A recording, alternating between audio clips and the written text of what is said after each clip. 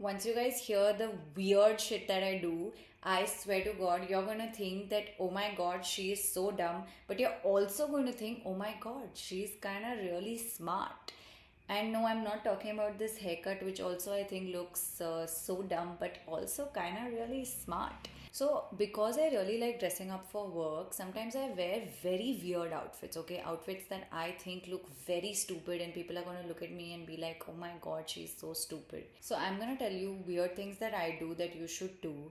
And this one today is gonna be about confidence building and how you can actually get over the fear of embarrassment and the fear of being judged by the world. So, let's start. Yes, what happens is my brain is basically thinking, I look weird, people will judge me.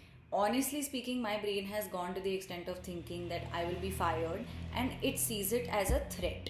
So, what actually happens in the brain is that the amygdala, is like the threat detection system in the brain, that is now going pee paw, pee paw, pee paw. The expectation in my mind is that I will be judged.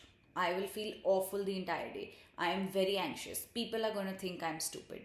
But what happens by the end of the day gradually is I realize nobody cares, or I forget about it. Work continues as normal.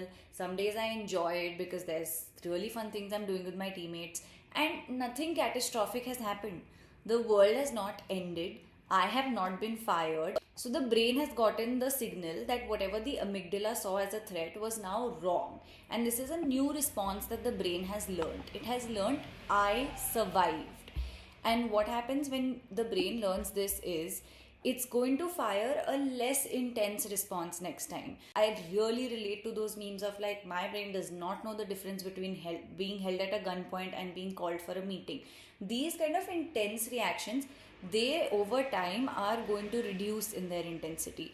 And because I survived the day, there's going to be this sense of achievement, of accomplishment. So there is going to be dopamine release now associated with the earlier seen as threatful situation. Then the brain is going to learn that it can actually deal with it. And repeatedly, when you will give yourself a safe amount of exposure to these feared situations, whether it is being judged for your clothes, whether it is speaking up in meetings, whatever it is, I'm talking with respect to corporate culture, but it can be anything in your life. Repeatedly, when you're going to do like baby steps in this, it's going to reduce that fear over time because there is neuroscience behind it. It's rewiring your brain to build a new response to a situation in your brain and like help it work better next time in that situation.